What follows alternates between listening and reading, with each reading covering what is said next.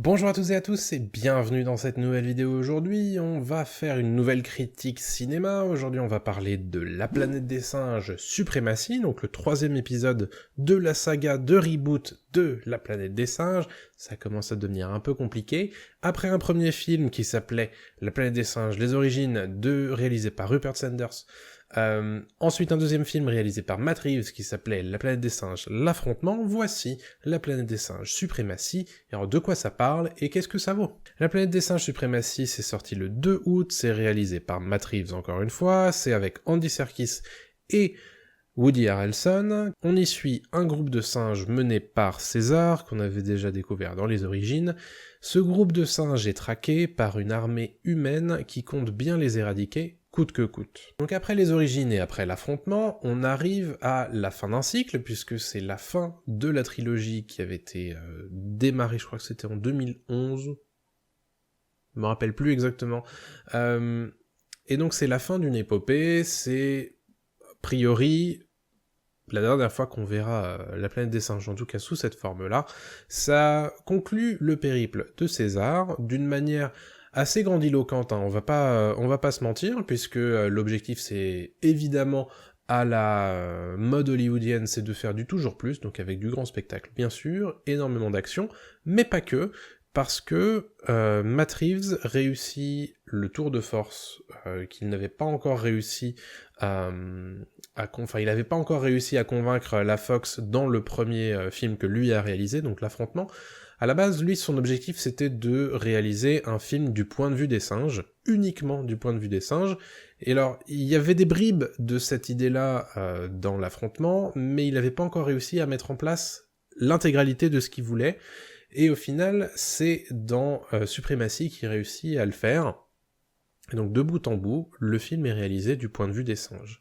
Et ça donne quelque chose d'extrêmement intéressant parce que, avec évidemment la technologie qui a évolué et nous-mêmes en tant que spectateurs qui avons réussi à nous attacher au personnage de César notamment, mais aussi aux autres personnages qui gravitent autour de lui, on arrive à un niveau de détail et d'attachement à ces personnages-là qui devient suffisant en fait pour maintenir l'intégralité du film sur leurs épaules. Et du coup, forcément, ça donne une perspective nouvelle sur cet affrontement-là, entre les humains et les singes, et ce qui donne, bien sûr, un regard nouveau sur ce qui était en train de se passer. You're him. You're Caesar. Du coup, concrètement, qu'est-ce que ça change? Alors évidemment, ça parle peu, puisqu'on est à côté de singes, dont certains ne parlent pas aussi bien que César, donc ils parlent en langage des signes, du coup, il y a beaucoup de sous-titres, ce qui déplaira peut-être à un certain type de public, mais le fait est que ça fonctionne en fait, parce que il se passe des choses dans les regards, dans les mimiques, dans la gestuelle de tous ces personnages-là, qui sont reconnaissables aussi, hein, l'air de rien, ce qui n'était pas forcément une donnée.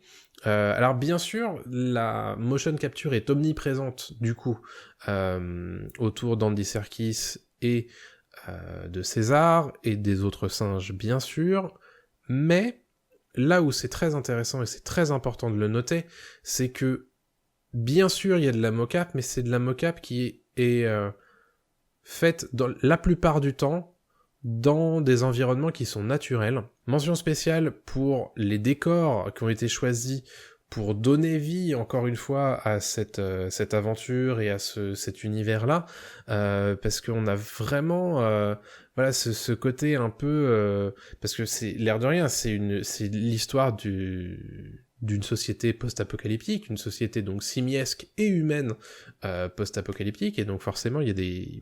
Voilà, il faut que ça se voit à l'écran, et puis voilà, ces forêts dans lesquelles sont mises en scène beaucoup des scènes, donnent un vrai souffle et un vrai cachet à cette aventure-là, parce que bon, les origines c'était quelque chose assez urbain, l'air de rien. L'affrontement, il y avait pas mal de choses qui se déroulaient dans des univers assez industriels, et là on est vraiment dans quelque chose qui revient presque à la nature.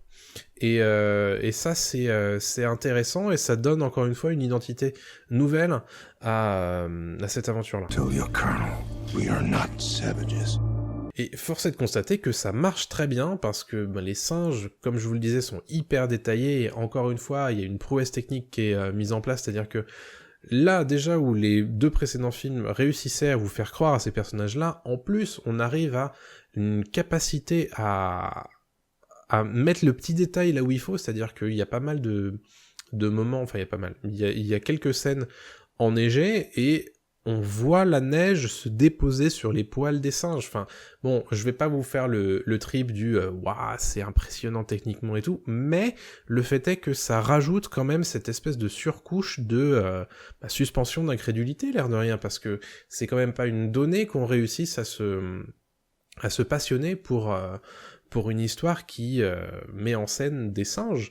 Et le fait est que on est dedans, enfin en tout cas en ce qui me concerne, moi j'étais dedans à fond, à 100%. Alors, bien sûr, ça permet du coup au réalisateur de créer des scènes d'émotion. Alors là-dessus, moi j'ai trouvé que de temps en temps, il sortait peut-être un peu trop les violons, à mon goût. Mais bon, je pense que c'est à la... Ça reste à votre appréciation, hein, bien sûr. Il y avait un autre point que j'avais envie d'aborder, c'est le fait que, au-delà d'apporter cette dimension grand spectacle, cette dimension émotion dont on est en droit de s'attendre de la part d'un blockbuster actuel, parce que, voilà, j'en ai pas parlé, mais il y a une énorme scène d'action à la fin qui... Bon, moi, c'est pas exactement ça que je recherche dans un blockbuster. Le fait est qu'elle est très bien réalisée, mais je trouve qu'elle se termine dans le too much le plus total. Après, bon, on peut y voir quelque chose. On peut y voir, voilà, j'ai pas envie de spoiler, donc voilà, je vais juste dire qu'on peut y voir quelque chose. Moi, je pense que c'était même pas la peine. Après, pourquoi pas. Mais au-delà de ça, le fait est que même s'il y a du too much, et c'est une logique, enfin c'est une donnée finale dans ce qu'on s'attend d'un film hollywoodien, il y a aussi le fait que ce blockbuster-là, en tout cas cet été, je trouve qu'il nous donne quelque chose qu'on n'a pas vu encore dans les blockbusters cette année, c'est-à-dire qu'il réfléchit un petit peu quand même, et c'est assez rare pour le noter. Je trouve qu'il y a une dimension, espèce de surcouche de niveau, enfin il y a plusieurs niveaux de lecture. On peut y voir pas mal de choses, notamment des références évidemment à des moments historiques, hein. Il y a évidemment des rappels aux camps de concentration qui sont assez évidents, mais il y a aussi des espèces de rappels à des moments contemporains qu'on est en train de vivre en fait, que ce soit la crise des migrants, ou voilà, l'édification, enfin la promesse d'édification d'un mur entre certaines parties du globe. Et j'ai trouvé que en fait je me suis dit, mais en fait on a oublié, mais ça fait un moment que j'avais pas vu un film qui avait une portée comme celle-là.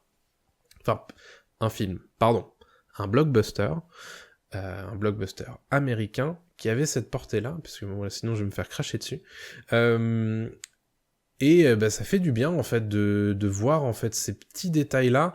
Alors, de son propre aveu, Matt Reeves n'avait pas forcément cette perspective-là, notamment sur le mur, lorsqu'il a écrit le script ou lorsqu'il a réalisé le truc, mais le fait est que le film se nourrit maintenant de ça, et on sent que voilà, il a une portée autre que le simple divertissement. Et ça, c'est intéressant. There are times when it is necessary to abandon our humanity, to save humanity. Et puis je vais vous donner ma conclusion tout de suite, puisque pourquoi pas. Ça fait tout ça fait de La Planète des Singes Suprématie le coup de cœur de blockbuster le plus inattendu de cet été pour moi. Et ça fait plaisir. Moi j'avais bien aimé les origines, j'avais trouvé l'affrontement un peu en deçà parce que il léguait un petit peu, enfin il tendait beaucoup plus vers le too much et le nimp à mon goût, mais il y avait, voilà, en germe, il y avait dans l'affrontement tout ce qui fait pour moi le coup de cœur qui est Suprématie. C'est-à-dire ce côté point de vue des singes et tout, et ça je trouvais ça super intéressant. Et au final, voilà, on arrive à une conclusion qui pour moi est hyper intéressante avec Suprématie. Et donc forcément, moi je ne peux que vous le conseiller. Moi c'est une vraie...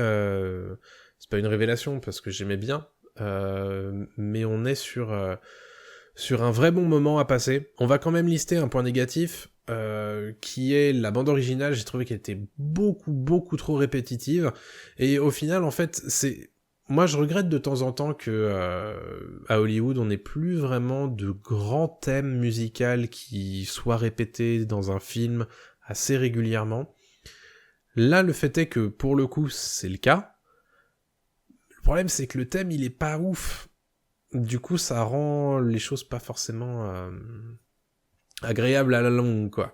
Donc bon, je suis un petit peu déçu de ce point de vue-là. And if we lose, it will be a planet of apes. En tout cas, La planète des singes Suprématie, c'est cool.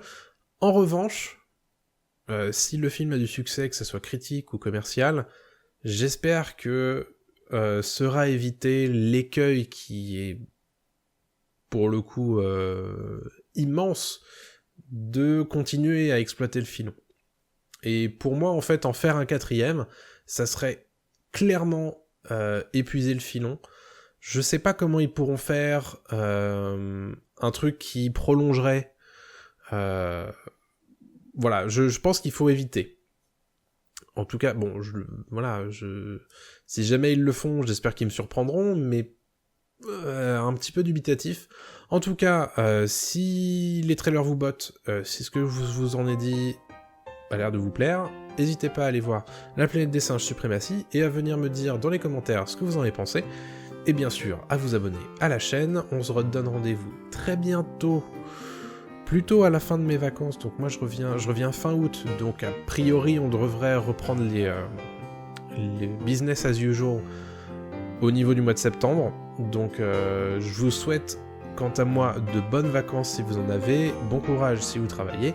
Je vous donne rendez-vous très bientôt, et puis salut à tous.